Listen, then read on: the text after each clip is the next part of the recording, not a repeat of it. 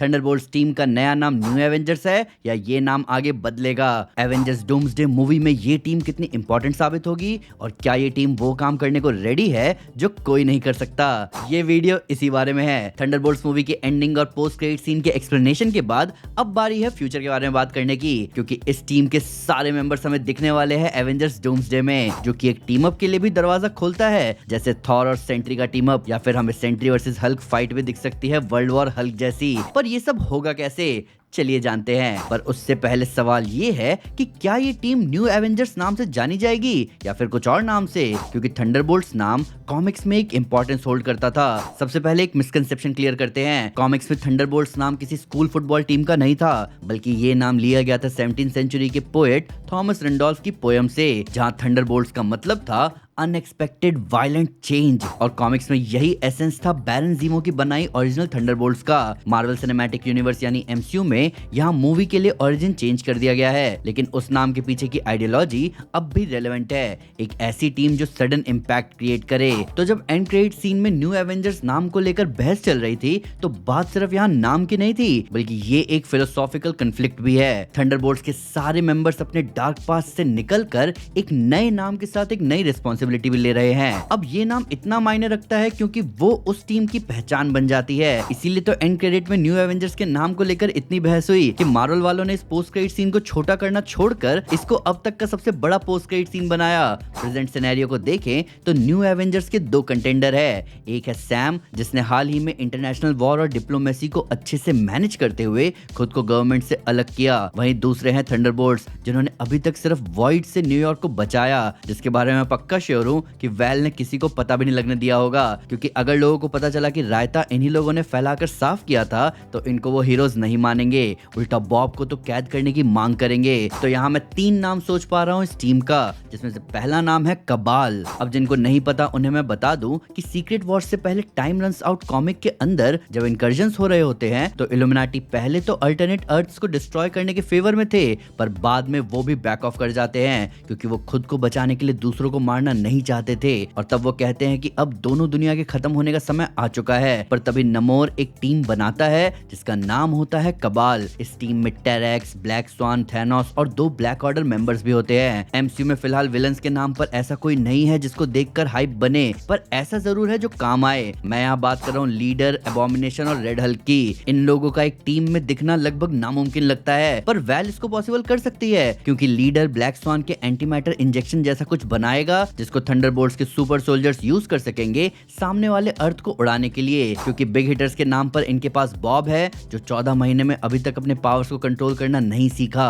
इसलिए मैंने यहाँ रेड हल्क का भी नाम लिया। मुझे पता है कि लीडर और रेड हल्क को प्ले करने वाले एक्टर्स का नाम डूम्सडे की लिस्ट में नहीं है, पर हम ये भी जानते हैं कि जो लिस्ट अभी सामने है वो पूरी नहीं है। लीडर सुपर सोल्जर्स को मल्टीवर्सल वॉर के लिए प्रिपेयर करेगा, वहीं रेड हल्क से हमें एक एंटरटेनिंग फाइट मिलेगी। कुछ लोग कह सकते हैं कि भाई थंडरबोल्ट्स दूसरी दुनिया को बर्बाद नहीं करेंगे क्योंकि ये लोग दिल के अच्छे हैं, पर मैं आपको बता देना चाहता हूं कि ऐसा कुछ नहीं है। ये ग्रे कैरेक्टर्स हैं, जिस वजह से जब इनकी जरूरत हो तो एक गलत काम करने से पीछे नहीं हटेंगे, खासकर बात हो अपने अर्थ को बचाने की। अगर हमें यहाँ रेड हल्क ना दिखे तो भी कोई बात नहीं, क्योंकि उसकी जगह हमें नमोर इस टीम में दिख सकता है। मैं कबाल वाली टीम को लेकर इसलिए इतना स्ट्रेस दे रहा हूँ क्योंकि एक कबाल की टीम जब अर्थ को बचाएगी तो उसका ढिंडोरा वैल पीटेगी और लोगों को कन्विंस करेगी कि ये गलत नहीं है, क्योंकि ये लोग दूसरे अर्थ को डिस्ट्रॉय इसलिए कर रहे हैं ताकि हमारा अर्थ बचा रहे।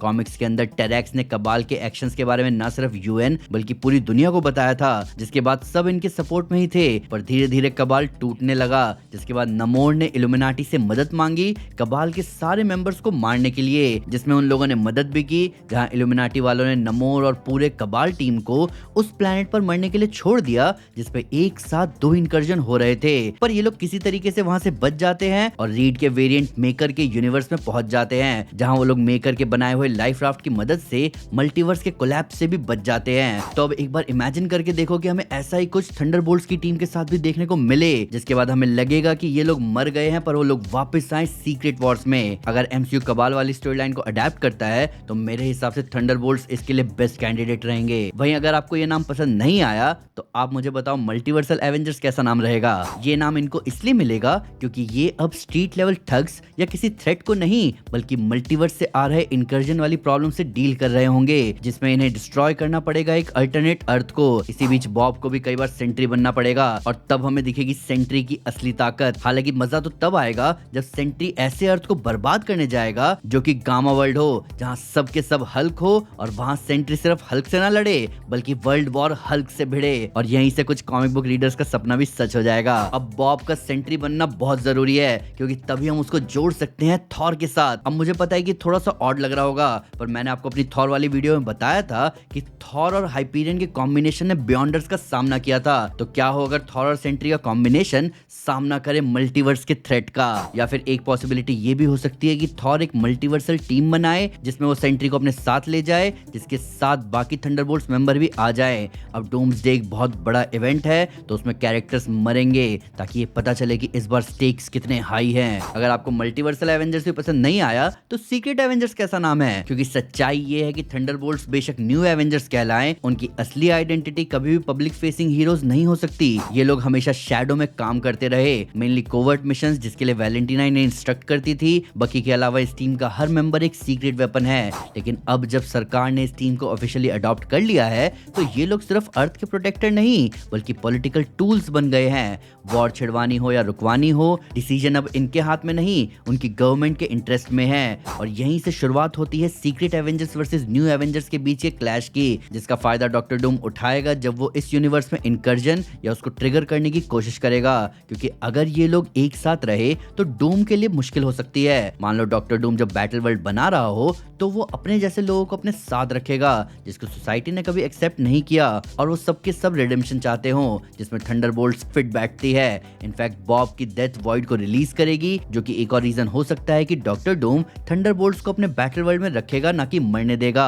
अब भले ही सीक्रेट एवेंजर्स की टीम को डॉक्टर डूम ने अपने अंडर रखा हो, पर वो करेंगे वही जो इन्हें सही लगता है, यानी सही समय आने पर डॉक्टर डूम को धोखा देना। सेंट्री वो स्ट्रेंथ रखता है जिससे डॉक्टर डूम को चैलेंज किया जा सकता है। घोस्ट की फेजिंग पावर भी बहुत इंपॉर्टेंट साबित हो सकती है इस लड़ाई में। येलेना यहाँ पे डबल एजेंट का रोल प्ले कर सकती है जो कि डॉक्टर डूम के साथ रहकर उसकी वीकनेस के बारे में पता लगाए।